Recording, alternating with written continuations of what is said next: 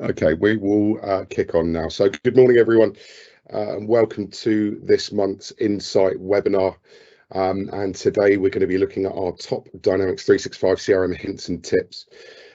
So those of you that aren't on the call that aren't familiar with QGate or haven't had any exposure to us previously, we are a CRM digital transformation and automation organization or consultancy. So when it comes down to CRM, we focus virtually entirely on Dynamics 365 CRM to deliver our implementation. So due to that, we've amassed a good few hints and tips around Dynamics 365 and how to use it, which we're going to impart on this call today. So by way of introduction, I'll click through. On the call is myself. I'm Steve Clark, so I'm the business development lead here at QGate. We also have Jonathan Small, who's our project manager and e-learning consultant. And we also have Oliver Wollaston, who's leading the call today. So I'm going to be passing across to him in a moment. He is our technical services team lead. We do have a Q&A today live, so I'll be manning that. If you have any questions around the content that Oliver touches on, please do pop the question in there and I will hand across to either Oliver or Jonathan to answer that. So without further ado, I shall pass across to Oliver. Over to you. Hi everyone. So one of the things that I frequently see while helping people out with Dynamics is navigational situations and people clicking on things that maybe they don't want to click on, or maybe don't know how to manage what, the view that they're looking on, and things like that. So we're just going to go back to basics with this session today and really go through what everything is and where it is. And this applies kind of in two different ways. You're going to get the learning of what is here, and secondly, when you're talking to people like us and we're saying, can you tell us what area that's in or what group that's in, you're going to know what that means. So we can better support you when you get these questions come through, because you know kind of what it is that we're looking at. So what is on the page here? It is a breakdown of the area that we're in, followed by the groups, these here, and we have to remember this is all customizable, and you can choose what groups you have and what tables fit inside these groups. So these here used to be referred to as entities. We're now referring to them as tables, as per Microsoft's change in direction of naming convention.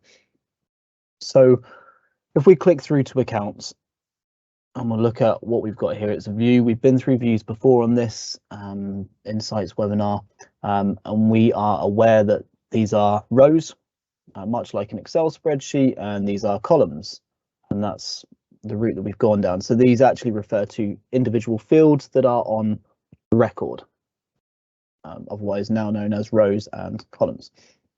We're aware that we can edit this view here. We can add columns, and we can add whatever is on the account and whatever is on the related records. We've been through that before, and if anyone would like a link to the previous webinar, please let us know and we can get that sorted, and you can have a look at how to use advanced finds using the modernized version, which also includes the filters, which is a little bit different to how you may be used to advanced finds. So that's all there. Not forgetting, you can still filter by selecting a column and choosing what it is that you wish to filter by, and how you wish to filter it by.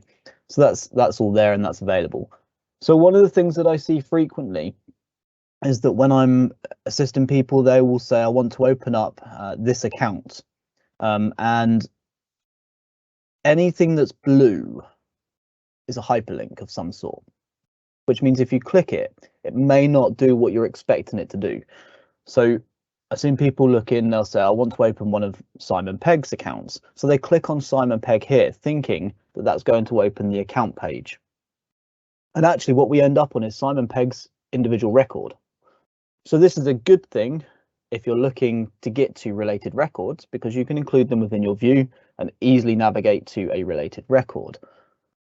Now, if you want to ensure that you're going directly to the record, you can tick the box on the left and hit the edit button.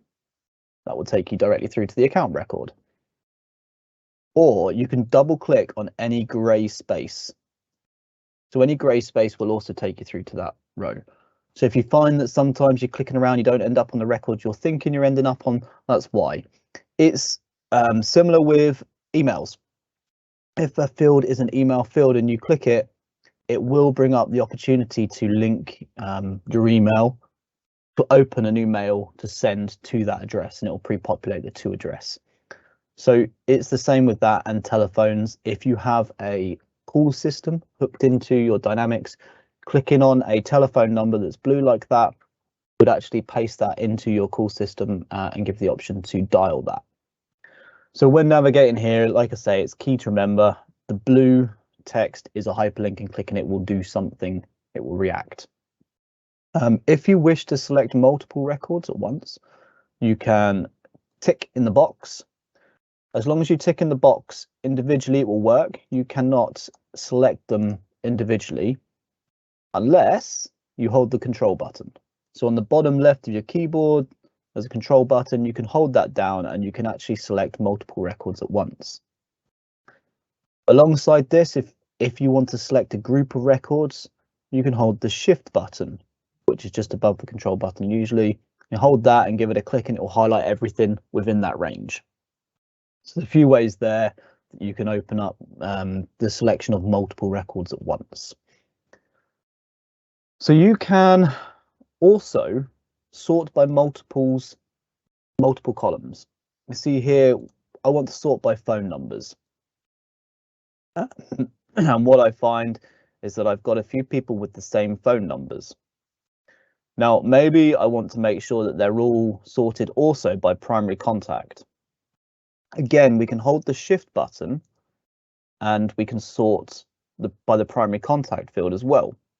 So now what this is doing is it's sorting from Z to A on the main phone, and then from A to Z on the primary contact. And you can do this for as many of these columns as you'd like. You just have to make sure you're holding the shift button, and whatever is sorted by first, the knock-on effect will be, main phone, then primary contact, then address, whichever it is. Now, if you're having to do that, it usually means you've got some kind of duplicate data. Sometimes that's unavoidable. In where you've got accounts, for example, you're going to find maybe sub accounts, maybe they have the same telephone number for their support and things like that.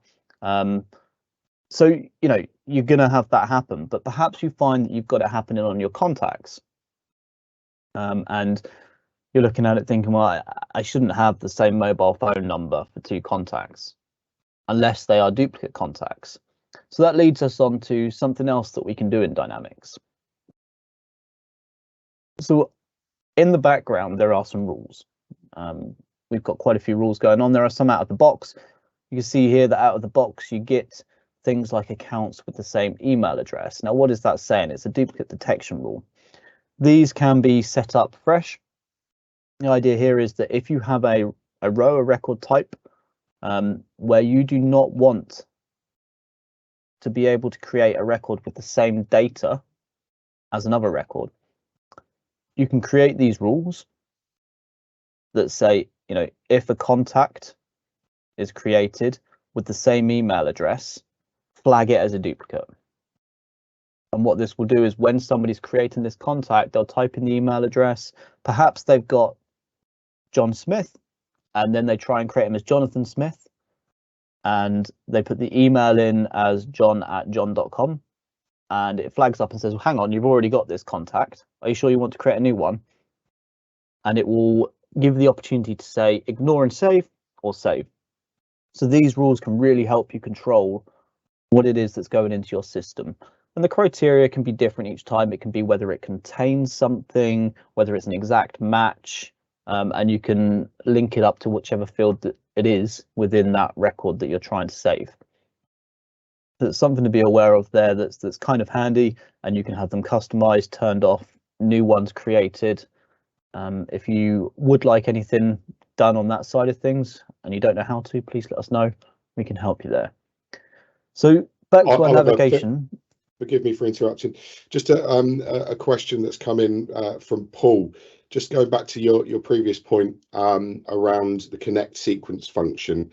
Can you elaborate on what that does when selecting multiple records? Yeah. Just before you move off and go somewhere else in the system. That's fine. If we're selecting multiple records like this, we have the option to merge and, like saying, connect sequence. With regards to that connect sequence, that's creating a connection in the background. So you have connection roles. It's probably better that we do a separate piece on that, actually. So we'll add that into next time. But we can connect separately outside of this to go through that, because a little bit more there, and it depends on what connection roles you're using. So if we can add that to a conversation outside of here, and then we'll develop a proper little piece on it for the next insights, perhaps. Brilliant. Thanks, Ollie. Paul, we'll follow up with you outside of this. But thanks a lot, Ollie. Cheers. No problem. So as we're looking at navigation and what's available on the screen, we do have this plus at the top, and that's for quick creates.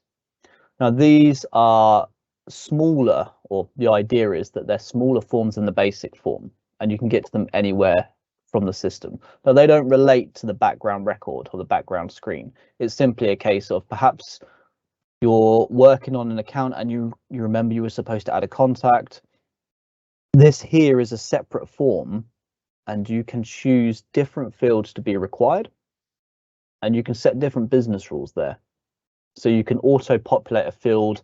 Perhaps you want to auto-populate the phone and the description to say this is a quick create, update later. So you can add some processes into your quick create forms that aren't part of your normal main forms. But if you're out and about and you need to add some data quickly, say you pop to Argos to buy something and you want to jump onto here quickly because you remembered that there's somebody that you met at the bus stop and you want to add them, fantastic. You can jump into your system from your mobile phone, even get to the quick create, which is a much smaller, compact form, more efficient, pop it in there and then come back to it later on when you get back to your desk, for example. So these are fully customizable forms in terms of business rules and data that you can put in there. So that's something else that's available, and you can have that for any of your tables. They can all be added there and accessible from anywhere. So one thing that I do see as well, and this is kind of the closing piece here, you have UCI. Those of you that used Dynamics 3-4 years ago would have been used to a different view before it turned over to the unified interface. And what we have is sort of a hangover application still, and it's the web version. Now this portrays the same as your unified interface. But what you will see if you're on this, and you'll know if you're on it, it's deprecated. So you're seeing there's a couple of issues when I click it. And we'll see more issues coming in over the years. But if you're working in Dynamics and you're seeing at the top that it says Dynamics 365-custom, that means you're not in a supported version of Dynamics. It's not a unified interface, and therefore there is potential that some of your plugins or your customizations may not operate how you expect them to operate. So it's really key that if you see that at the top, you can give it a click and you can move into whichever unified interface application it is that you should be in. Now, if you're finding that this pop-up is giving you some problems, what you can also do, and this is quite good if you're struggling to load into Dynamics, if you've just typed in your Dynamics like this and it won't load, you can remove this text here so that you've only got your URL, and you can add apps on the end. What that does is it brings you to your application page. Again, you're seeing I'm having some sign issues because I was on that custom one before.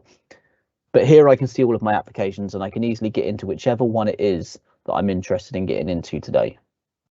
So again, I'll click through to this one. I'm probably going to find that pop-up comes again. Yeah. But here we are, I'm back into Dynamics.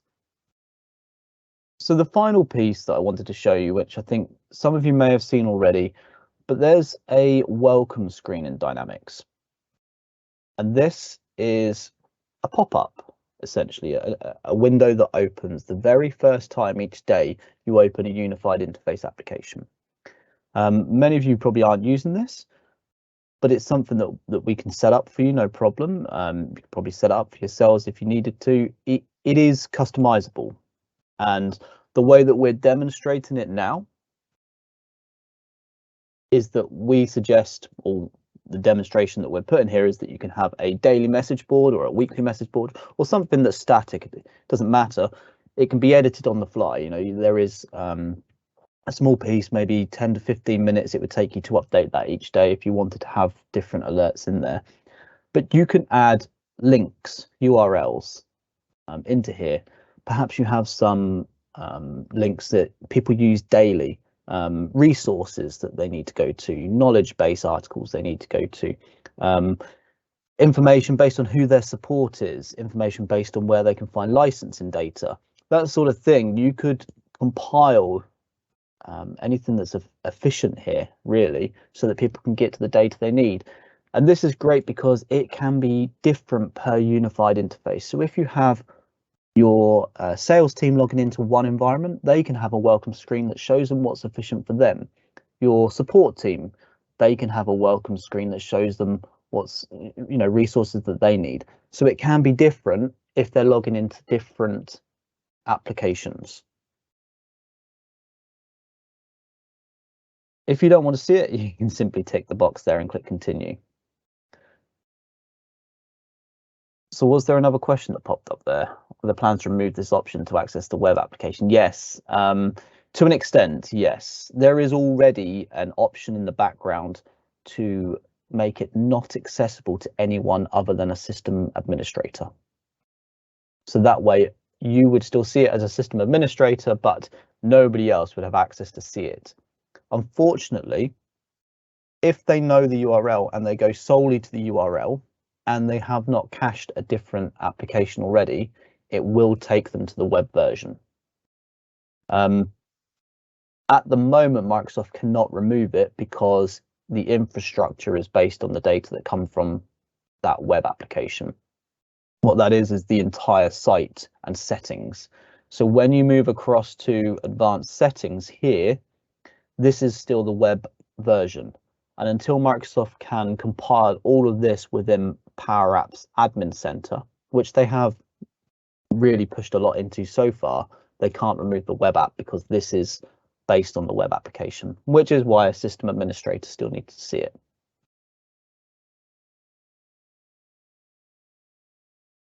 Okay, is there anyone that had any questions on any of that? Or anything that they saw there that they'd like more information on that perhaps we can get back to them on? No, I think they're the two that have come in from Paul. So Paul, thank you very much for putting those questions, and Ollie for answering them. So that concludes this session. If anyone's seen anything on here that they would like elaboration on, or have any further questions around, I will quickly put up our contact details as soon as that's loaded there. So feel free to get in touch. The recording of this session will be made available via email. We'll send that across shortly afterwards. On that note, I shall thank you very much for your time this morning, and we look forward to seeing you on the next session. Thanks a lot.